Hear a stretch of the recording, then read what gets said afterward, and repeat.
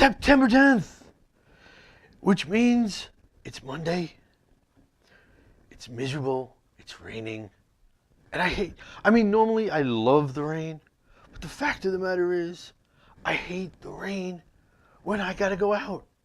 And I just had to come out to give you all your info on combat sports.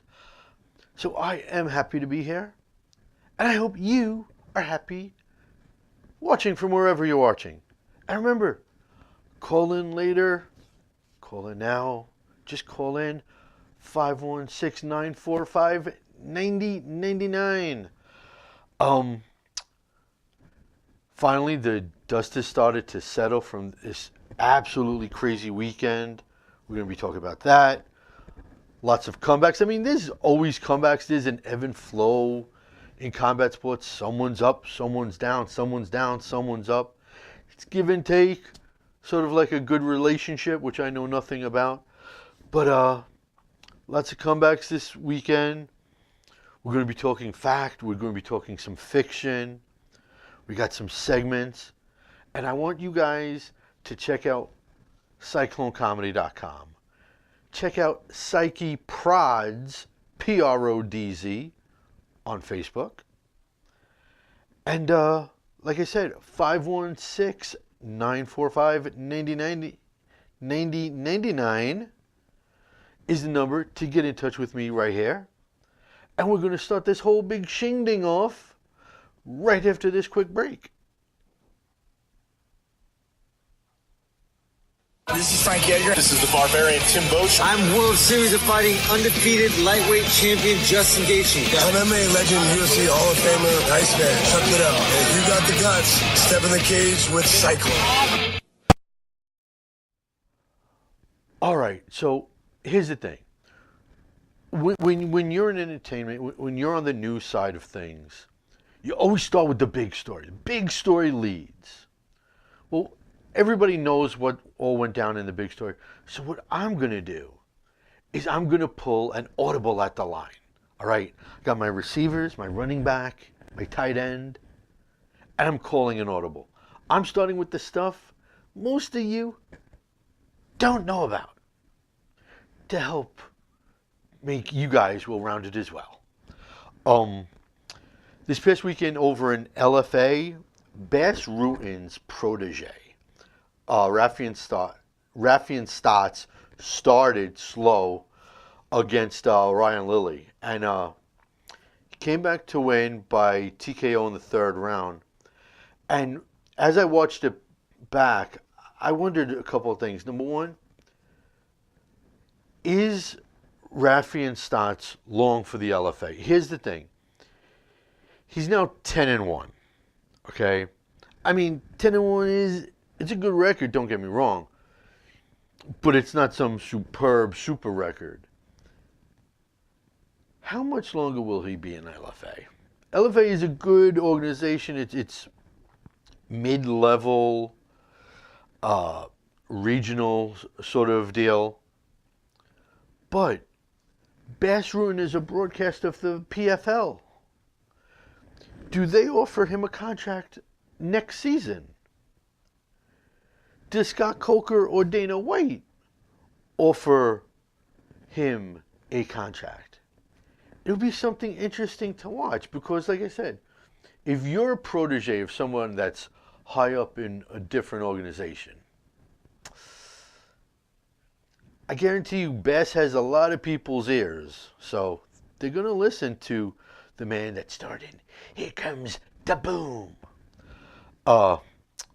In Japan at One Championship, strawweight champion Jingnang Zhang won again. She beat Samara Santos. And like I said about Rafian just a couple of seconds ago, listen, she is, and I want to just double check my notes here, she is on an 8-fight winning streak. Okay? She has 9 wins by knockout out of her 13-1 record. Now, the thing about One Championship, or just one as they like to be called sometimes, there's a lot of money fighters making in Asia. As a matter of fact, in Asia, everyone makes more money. Okay, you could make minimum wage here and go to Asia and make triple that. But there's a higher level, I guess, of pride here in the States. So, does someone reach out to this firestorm of a champion? Like, look, in the UFC, for example, the female strawweight division has some beasts at the top. Okay, got Rose. Obviously, Jessica Andrade continued her torrid pace. You know, you got Claudia Gadelha. You put her into that mix, that could help open up the Asian market even more for the UFC. That's if they jump.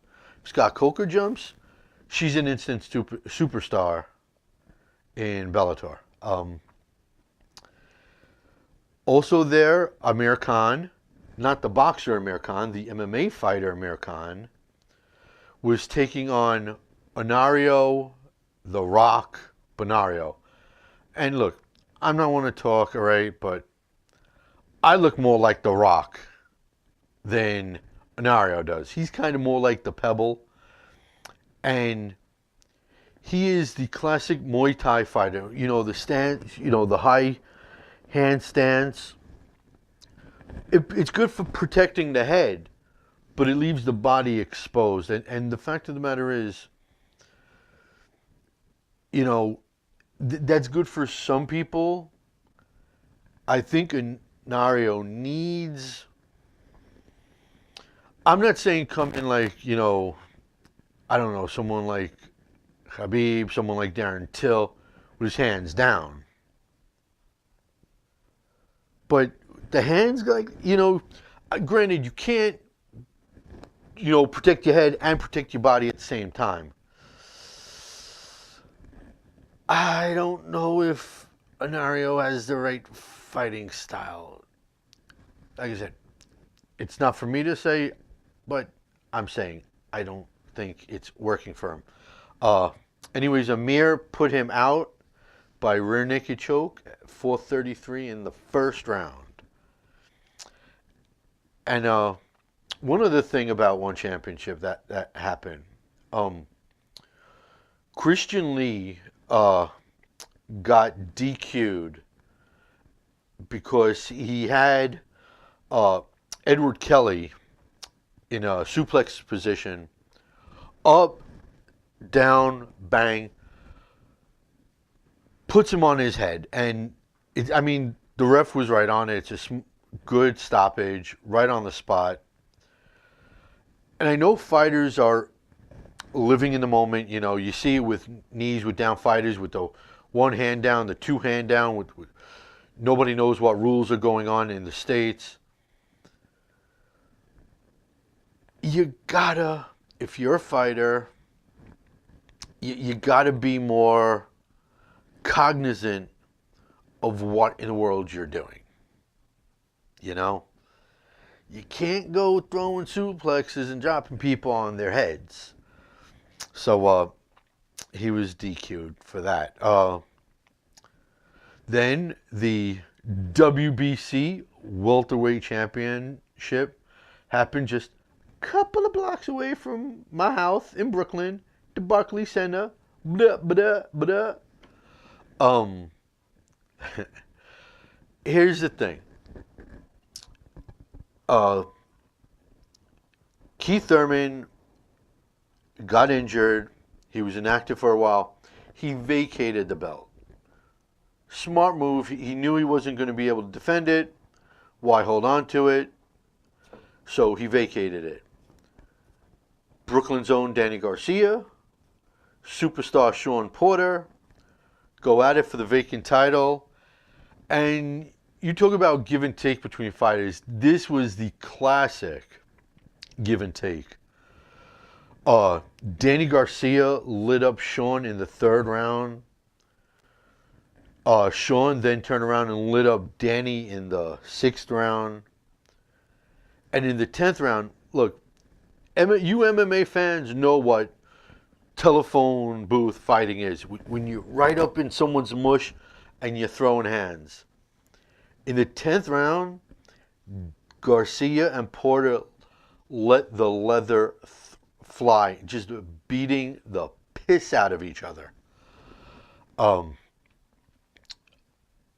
Sean Porter wound up winning by unanimous decision. And Fook de Mayweather's, Floyd's protege, Errol Spence Jr., comes into the ring and he challenges Sean to a fight. Keep in mind, Keith Thurman's sitting there saying, whoa, whoa, whoa, whoa, whoa, these two cats just fought for a title I never got beat for. So I think what the WBC might do is have Danny fight Keith for an instant #1 contender fight, and then have Spence fight Sean Porter. And here's the thing about boxing. There is a god-awful amount of money. Okay? The 3 combat sports breaks down like this. Wrestling has the lion's share of the fans. And they're all nuts. WWE and all of the wrestling fans are cuckoo in the cabeza. But wrestlers have the majority of the fans. Okay? They come out from the back to the ring. Everyone gets huge pops. Boxing has the lion's share of money. It is an obscene amount of money boxers make. Granted, look, you know what? They have short career spans. God bless them for making the money that they do. Knock wood, maybe one day I can make just a billionth of that. But MMA fans lose out on both. Okay? So what the WBC did with their oodles and oodles of money is, and remember they did it with the Floyd Conor thing with the money title. They made a new belt specifically for this match because Danny Garcia is trained by his father and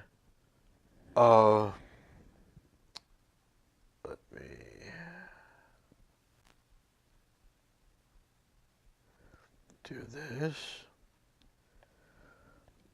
Like I said, they're both trained by their dads. So when Sean won by unanimous decision, the WBC handed Sean's dad a title as now having a trainer's champion. Like I said, oodles and oodles and oodles of money. In another card, Amir Khan, not the MMA Amir Khan, the boxing Amir Khan, 10 rounds completely outclassed Samuel Vargas. Easy unanimous decision across the board there. Now we get to the fun stuff for you guys. UFC 228. Wow. The highlights, there are so many. Al Hassan putting Nico Price out. Tatiana looking like, Khabib, just murking, just taking the soul of Carla Esparza. And she significantly struck her 81-0. For a fighter to not even get off a significant strike, okay, and it went 2.5 rounds before Tatiana won by TKO. 81-0. Tatiana put Carla on her backside and just swarmed her. I'm telling you, I thought it was Khabib and drag. I really, really did. Uh, Jimmy Rivera looking good again against John Dotson. And I think Jimmy Rivera needs to take on Aljamain Sterling next. I know Aljamain called out Dominic Cruz. I don't think he's just ready for him yet. I think you put Aljo in with Jimmy, and then that winner can take on Dominic Cruz. Tatiana looking like Khabib. What can I say about Jessica Andrade looking like Wanderlei Silva? Oh my God. She just wrecked Karolina Kowalkiewicz. And look, Karolina at least got a couple of strikes off, but it was like, you know, you're swatting at a fly at a gnat. Like, get out of here. I'm telling you, she looked like Wanderlei. Just that non-stop bull rush. And if she takes on her fellow Brazilian Jessica, Claudia Gadelha next, that's going to be a firefight. You better have like Stipe and other firemen cage side, because someone's going to have to put out that fire. Jim Miller and Diego Sanchez proving that they still have just a wee bit left in the tank. Both of them winning. A lot of people thought that both guys, or at least one of them, would retire on Saturday. Neither did. Both won. But I'll tell you what, breaking story a couple of minutes ago, you know who did retire? Brennan Ward from Bellator. He was supposed to fight at Bellator 207 in Mohegan Sun on October 12th, which I will kind of be at. I'll be there during the week. He got injured, so they say, and he's been sitting out for, I think it's been a week now since he's been out. And just a little while ago, news came out. Brennan Ward has retired. So, look, that's a fighter that knows when to call it a career. Better to end early than late. So, that's going on. And obviously, Till against Tyron Woodley. What hasn't been said about these two? Tyron, at least, look, I've never been a fan of Tyron's, but in my eyes, he kind of proved himself to me. And everyone's saying, oh, he derailed the hype machine, he derailed the hype machine. There's no such thing as a hype machine. None. Not Connor, not Darren Till, nobody. That is fiction being called a hype machine. Okay? It's a company's job to pick youthful people that have that it factor, you know, to push. Now you can say, look, why hasn't the UFC pushed Tyron Woodley? After all, he's beaten a who's who. He's their champion. I don't know. I don't know why they haven't pushed him. But I do know this. Not only should a company push, but you should promote yourself as well. If I have to do it, fighters should do it too. So yeah. Another big story coming out of the weekend, and I don't know if you saw the early official weigh-ins, but for God's sakes, the UFC needs to go back to a digital scale, because I'm not sure which commissioner it was that was reading the scale as fighters stepped on the scale, but he was horrible. Like 4 or 5 fighters got wrong numbers read off the scale. So either this guy has to be fired, learn how to read numbers, or they got to go back to a digital scale, because at least they're bright red numbers and you don't have to really read anything. It's there. You don't have to, diggle any part of a scale. So, and speaking of scales and weighing in and all that stuff, I got to bring up Nico Montano.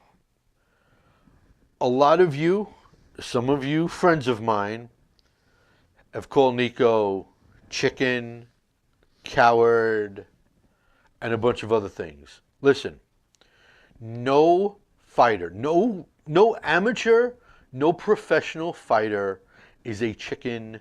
None of them are scared of other fighters. That is fiction too, okay? These guys are deadly killers that put their lives on the line every time they go to work, okay? It's just not true. That is keyboard warring it.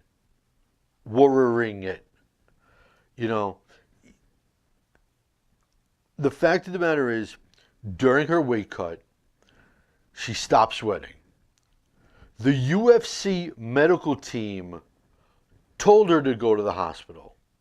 The hospital ran tests on her, and she was suffering from kidney malfunction. Now look, you're risking your life if you continue to cut. Just like it was okay for Max Holloway to stop his cut, it was okay for other people to stop their cuts. You gotta cut Nico some slack. Yes, I get it. She didn't defend for a year. And look, she's pissed that she was stripped, and she's right to say, hey, other fighters waited longer and they weren't stripped, and she's referring about Conor, quite frankly. And Conor brings in oodles of money. So while you like to say everybody is equal, nobody in life is equal. When you ask a parent who has a couple of kids, which is their favorite, oh, I love all my kids equally. Bull. No, you don't. There's always one that's a little bit higher than the others. I'm not saying you want to push off a raft in the middle of the Atlantic, the other kids. But there's always one that's a little bit better. That you have the sparkle in your eye a little bit more. And that's just life. That's just the fact of the matter. Okay? So not everybody's equal. So just because one person gets away with something, another person can't. Okay? And as someone that's gotten in trouble many a times by management, I have been told that a million times. Don't compare yourself to others. That being said, should they have stripped her? I don't know. I'm torn on it because I just don't know. She fought 4 times in tough to win that championship. Okay? She did her work. And the fact of the matter is, Dana didn't even call her. Sean Shelby didn't even call her. Mick Maynard didn't even call her. Nobody in the communications department called Nico to tell her she was being stripped. She found out over Instagram. That's messed up. Okay, so the company promoting fighters could be a little bit better, and letting fighters know what's going on in their careers can be a little bit better. And that only happens in the UFC, quite honestly, because Scott Coker is on everything, and he's like the fighter-friendly type guy. But with Nico being stripped of that belt, now sets up a whole other thing. It opens up more options for Madison Square Garden. Look, there was talk of possibly, DC defending a belt. There was talk about Nate's brother Nick coming back at the Garden.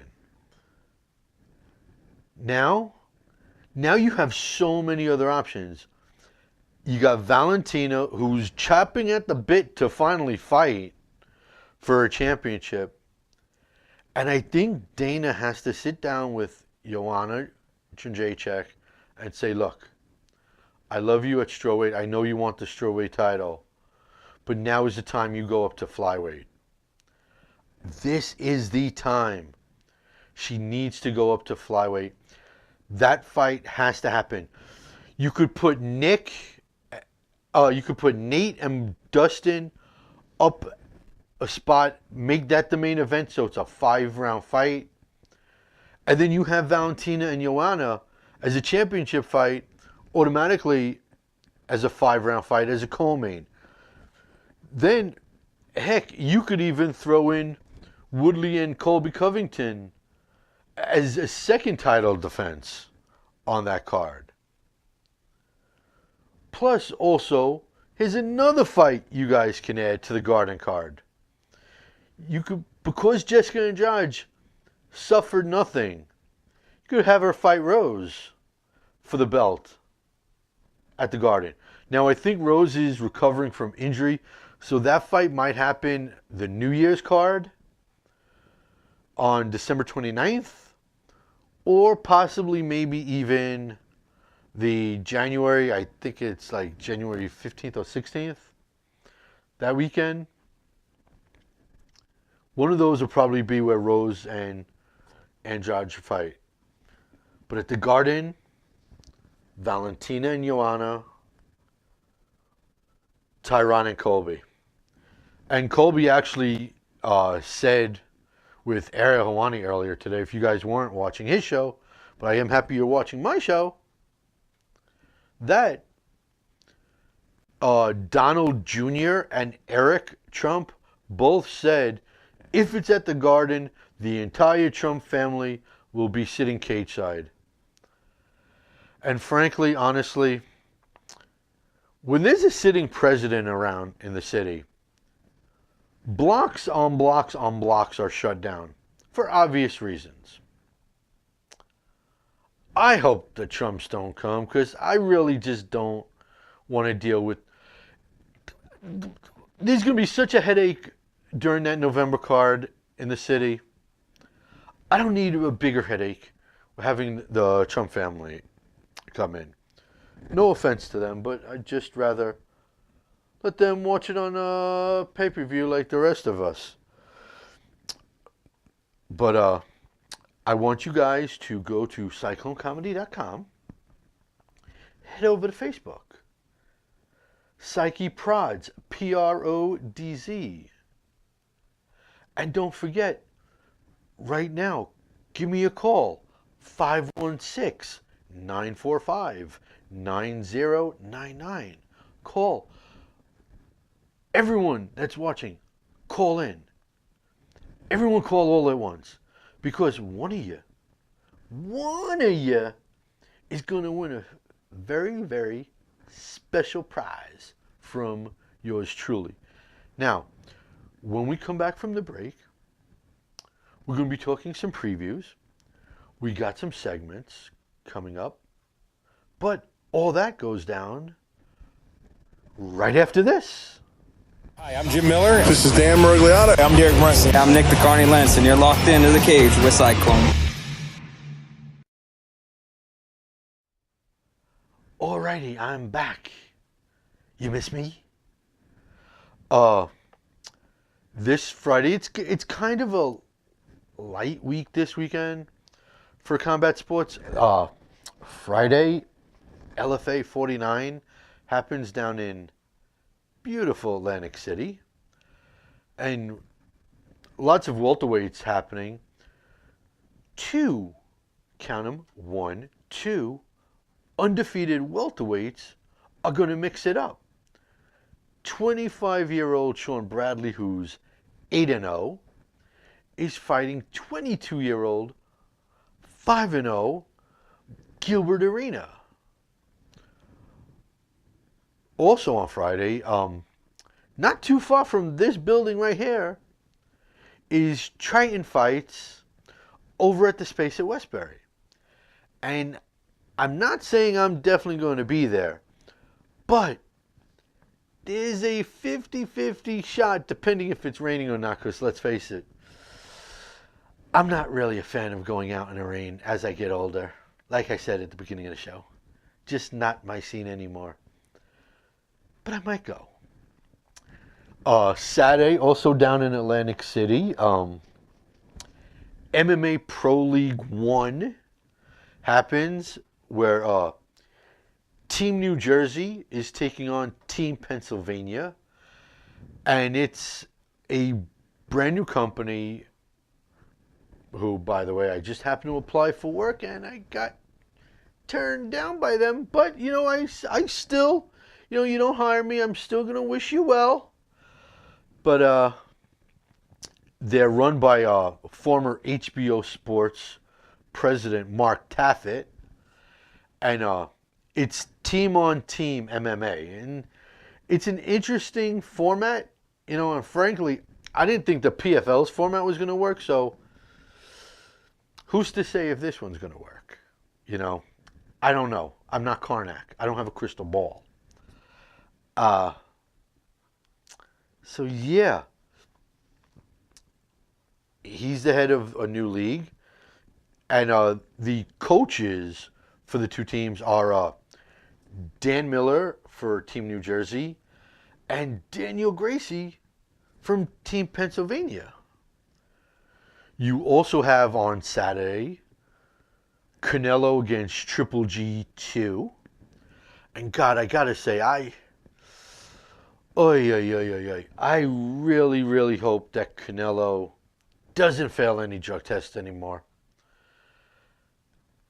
And honestly, gun to my head, money on the line, hand on the Bible, I think Triple G is going to smoke him. I think Canelo has pissed off Triple G just so much.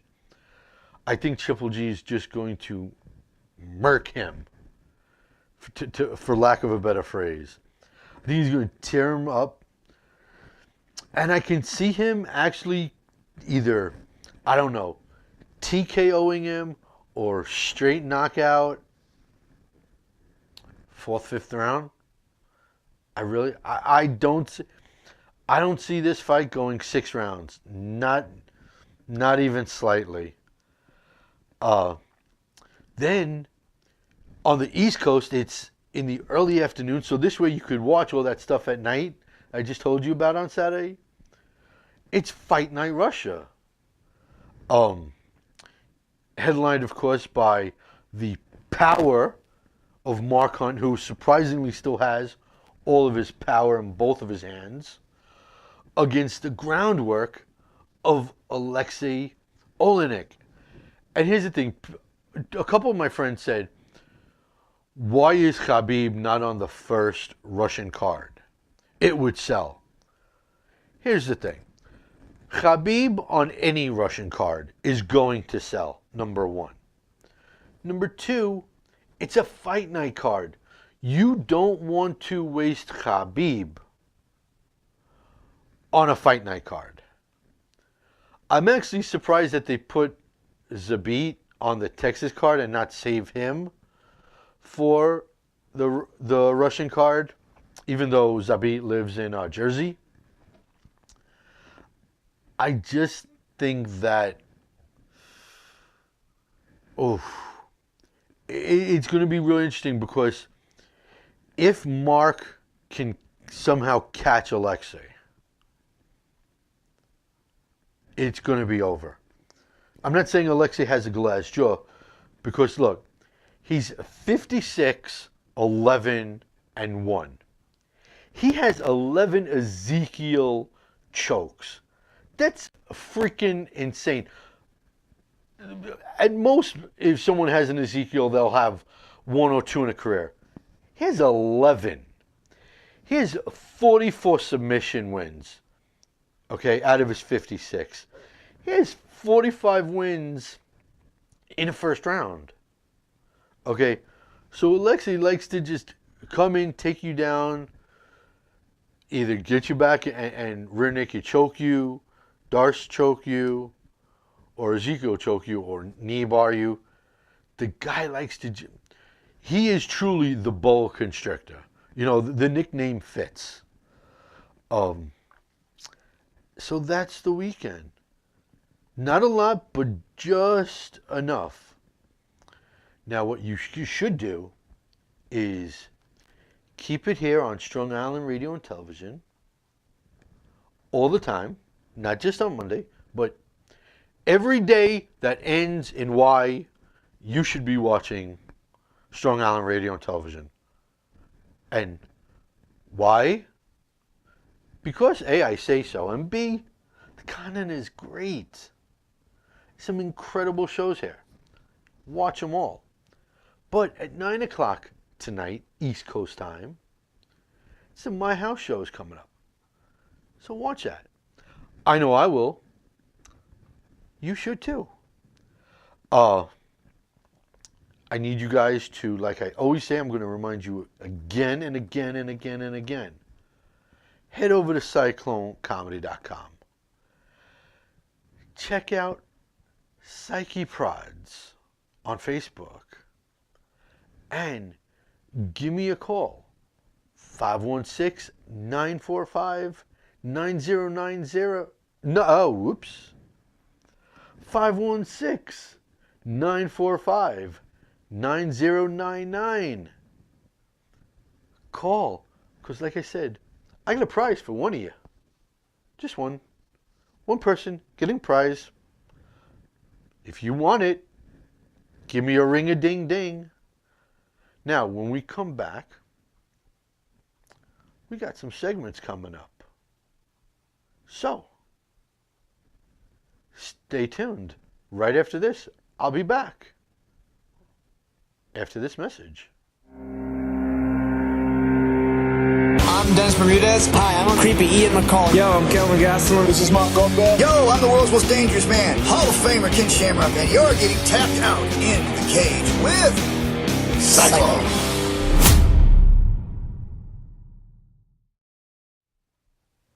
Okie dokie, it's segment time. Now, even before we start the segments, I want to send out a special thank you to Joseph Sikorsky for his generous donation to my Raising Money Fund. I appreciate Mr. Sikorsky. So there you go. Told you I'd give you a shout out. Thank you. Appreciate it. Now, segments. On this date in MMA history, we'll start off with some birthdays. Sherilyn Lim, which, hey, that, you know, look, she's a good fighter. She's at one championship. Not to sound too much like a chauvinist, that's a good porn name. Sherilyn Lim. You know. Anyways, she turns 27. Cully Butterfield in LFA turns 28. Christine Ferreira from Invicta turns the ripe old age of 35. Heck, I don't even remember the age of 35. And Mirko Krokop, the icon, the legend Mirko, turns 43 years old today. Now, speaking of that very same Mirko Krokop, today in 2006, Pride Final Conflict Absolute, not only did he beat Josh Barnett, he also beat Wanderlei Silva. same night. 2 TKO wins. That's what you call badass. Okay. Also on that card, Arona beat Overeem, and Fedor Emelianenko's brother Alexander, the trouble job. You see, remember how I said not everybody's equal? Like a parent will always like one more than another. I guarantee you the Emelianenko parents like Fedor more than they like Alexander, because Alexander's always getting in trouble. I think he's done like 2 or 3 times in jail, you know. But anyways, he beat Sergey Karatanov that night. Now in 2011, today, was the Strikeforce Grand Prix semifinals, where Luke Rockhold beat Jacare to become the middleweight champion. Josh Barnett beat Sergey Karatanov. And who can forget the alternate in the heavyweight tournament, Daniel Cormier, knocking out Bigfoot Silva, just cracking him. The wrestler using his fist to just pop Silva and put him out. And then, of course, 2 years ago today,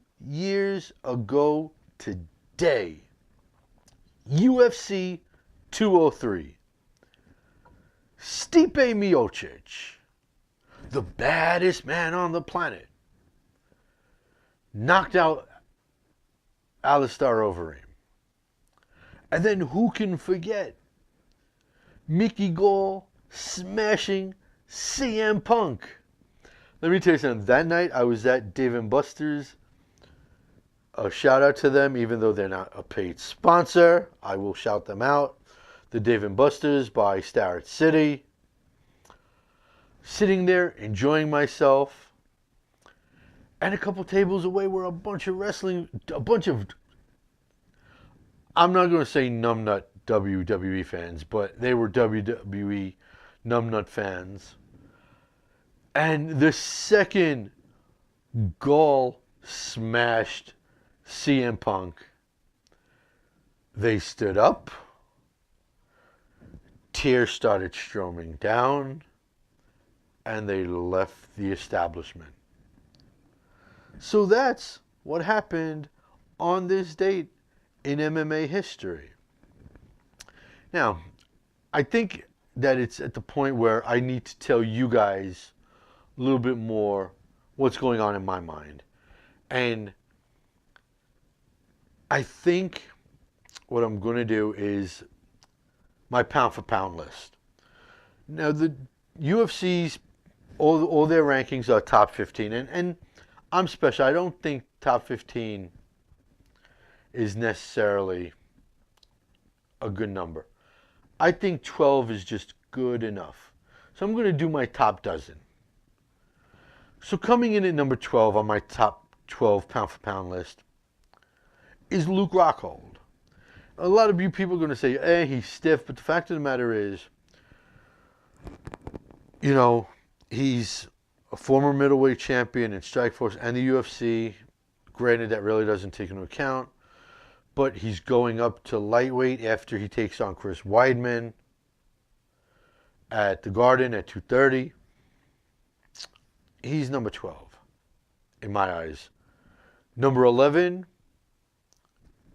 the underappreciated diamond, Dustin Poirier. Number 10 for my pound for pound list is Jessica Andrade. I mean, she is a moving forward typhoon beast. Number 8, and he's climbed up my list. I always had him a lot lower down. Most of the time, I never had him on my pound for pound list. He's now number 8. The welterweight champion, Tyron Woodley. My number 7 guy is Tony Ferguson, El Kukui. You know, you have a evil Yoda in Eddie Bravo whispering in his ear all the time. He's dangerous. And that's why he comes in at number 7. Number 6, the former heavyweight champion, the baddest man on the planet, Stipe Miocic. Number 5, Khabib. Khabib coming in at number 5. Number 4, the former, and he had to drop a couple of spots, the former longtime number 1 pound for pound guy, Mighty Mouse, Demetrius Johnson. Number 3, as my next door neighbor would say, TJ Killishaw, Pillishaw, Dillashaw.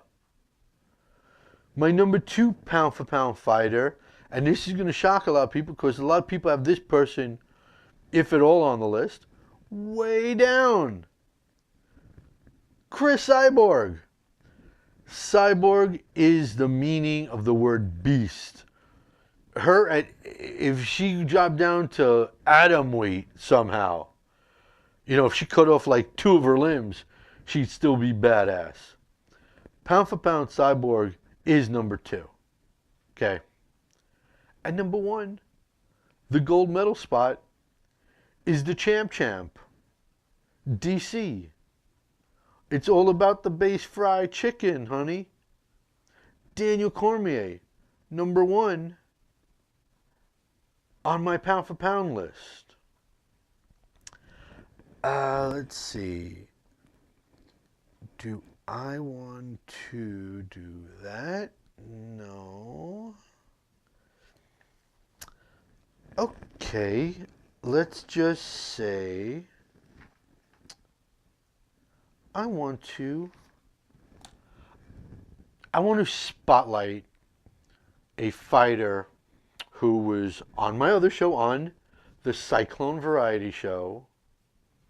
And we talked a lot about boxing, so I might as well spotlight a boxer. I'm spotlighting somebody all of you should check out. And I'm serious about this. Check him out. Justin Biggs. He's now 4-0.